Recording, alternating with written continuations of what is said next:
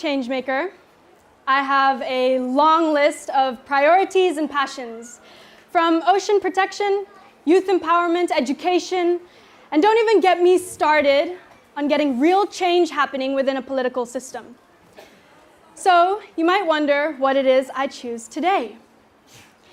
Well, for my Greenstone, I chose something a little closer to my heart in a place close to my heart. Some of you may be thinking, oh, she's going to talk about bye-bye plastic bags. And in a few ways, it is tied to what I've been doing for the past 5 years. But it's also its own project. And in order to give you the whole picture, I do have to bring you a little bit back into bye-bye plastic bags and how it all started. So, I learned that my country is one of the biggest polluters in the world, coming in as the second largest source of marine debris, contributing to the 8 billion tons of plastic entering our oceans every single year. For you to visualize that, that's about 250 kilos every second. 1, 2, 3, 4. That was just 1,000 kilos dumped in our oceans. But I also learned that countries all around the world and the government of Indonesia has made many bold commitments. Last year at the United Nations, I witnessed many historic commitments made from countries all around the world aiming to combat the plastic pollution.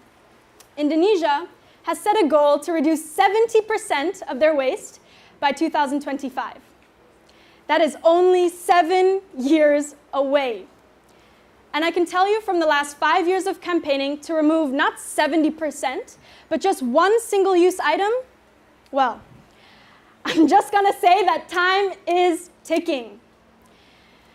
Those frustrations and those challenges is actually what got me started on this new project, ironically. I think as a young change maker, those challenges and those frustrations are actually what get us thinking in the first place and asking ourselves the question, what can we actually do to see that change happening? So for me, those challenges were the fuel for solutions. And also, during our many Q&A sessions after our talks with bye-bye plastic bags, there were always 2 questions that I realized kept coming back. Now, the first one was, are you really 17? Yes.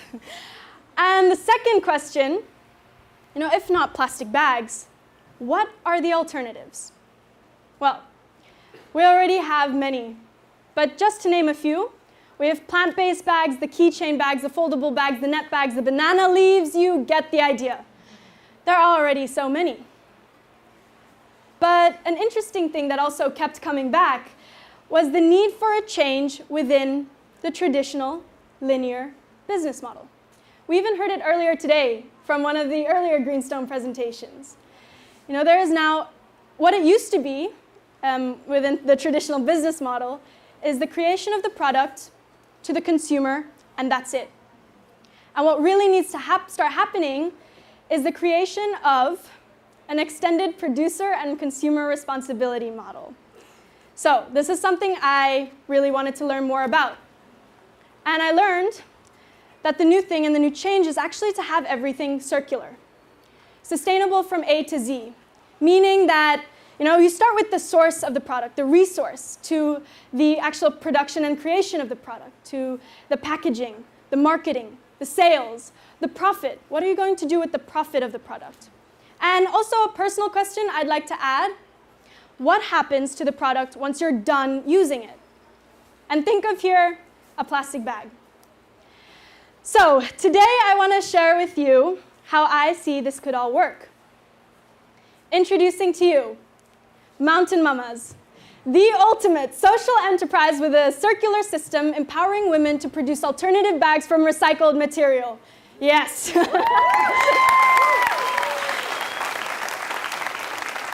Shall I say that one more time, but a bit slower?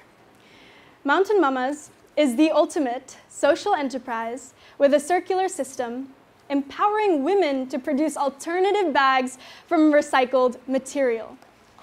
It's absolutely everything I love. And so Mountain Mamas really became my passion project, became my Greenstone. And to be honest, at the very beginning, I do have to say that the business plan, the structure, the timeline probably were not my strongest points. I just knew that I had this idea and I really wanted it to work. And so did the amazing people I had around me, which some I have here today. Yeah. I'd just like to introduce Pak Gede, who's here. He's the head of the village. Terima kasih for his endless support, of whom I wouldn't be here today if it wasn't for him. And I also have the ibu-ibus from the mountains. Ibus.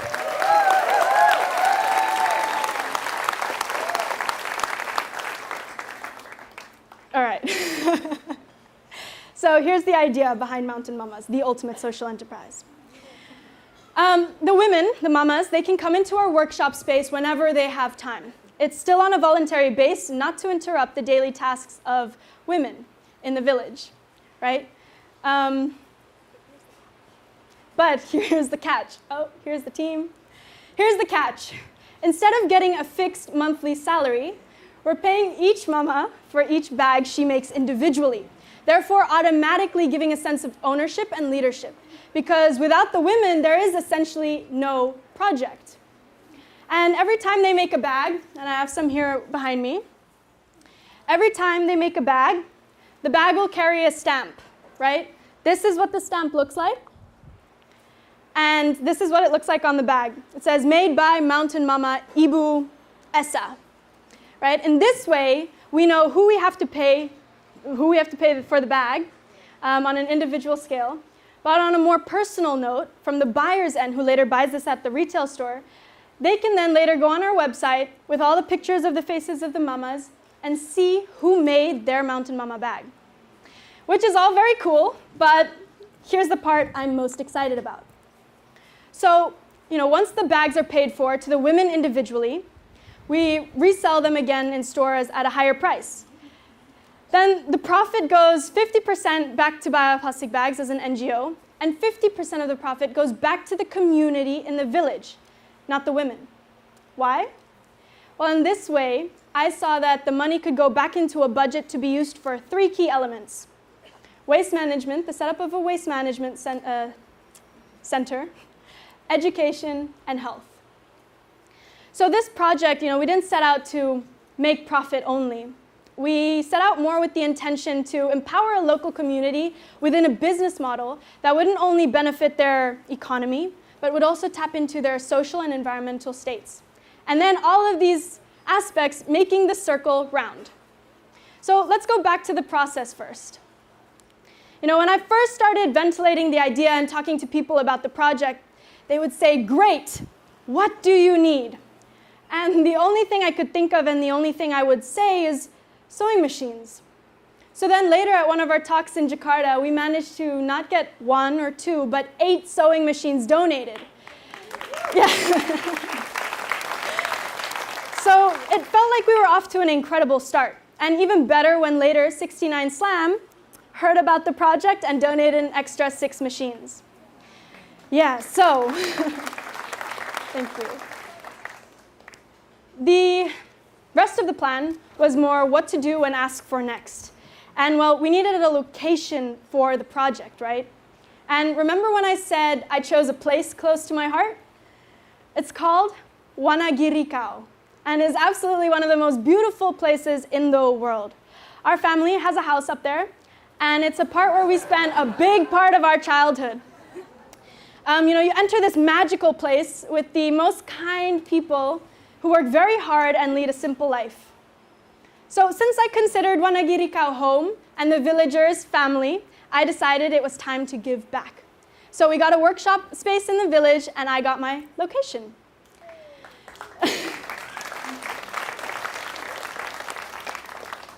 So with this location, there came very many beautiful women.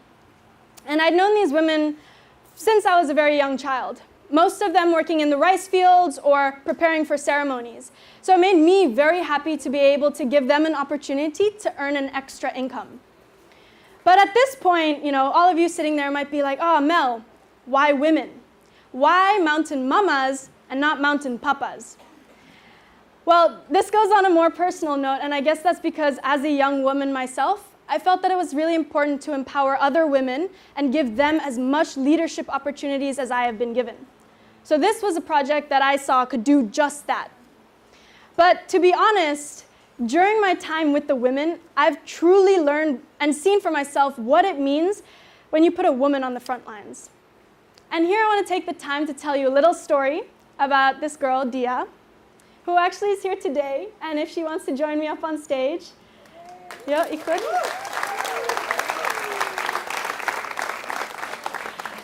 This is Dia. She's very kind and very sweet, and she's one of the children that would join the mothers when they came to the workshop space. And she would watch very closely. She's very observant, and I've known her whole life. So for me, I think one of my most favorite moments was when I saw her transformation from this little girl into what felt and seemed like almost everybody's personal assistant, doing things where she could as best as she could, and doing things without having been asked. It makes me very, very optimistic and hopeful for the future of young Indonesian women. Terima kasih untuk semua bantu.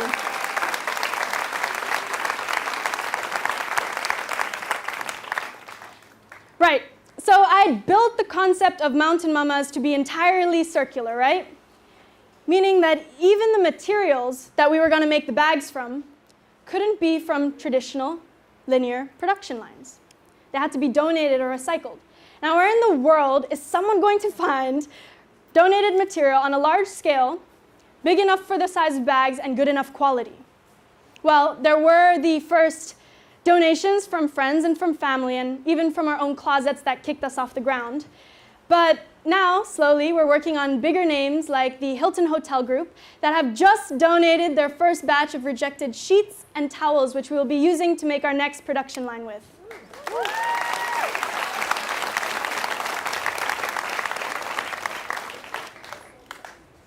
So when I was sitting down with the women and we were discussing the structure of how this was all going to work, I realized that the concept and the idea of having everything circular wasn't new to the Balinese culture at all. If you look closer into the way of the Balinese, each and every person has their role to play within the community. So the idea of having everything circular was not a new concept at all. Instead, I realized that Mountain Mamas was simply this modern business plan inserted into a very common, very traditional system. And they fit this model perfectly. Now, I really believe that if you do the right thing for the right reasons, I'm happy to say we hardly had any challenges. Maybe it was more at the beginning of keeping up with orders, keeping the timelines. That was a bit challenging. And even getting the women behind the machines in the first place. You had to go through a lot of training sessions and skill development, but thankfully, I actually had the help of two wonderful Green School mamas, Thea and Kendall. You guys are here somewhere. Yeah, massive round of applause. Thank you.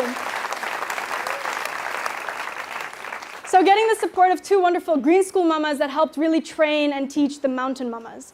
And it was incredible. It was really good fun to see everybody's progress, some slower than others, yes, but I think everybody had a really great time. And just to show you this, I want to show you a short video of what it was like for the women when they first heard the machines turn on.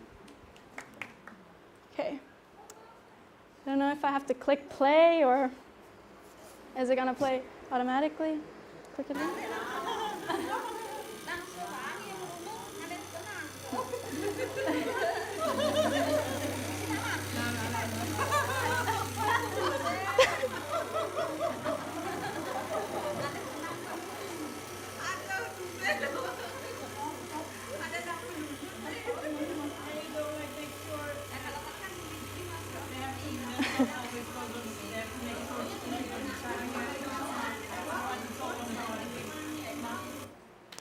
All right.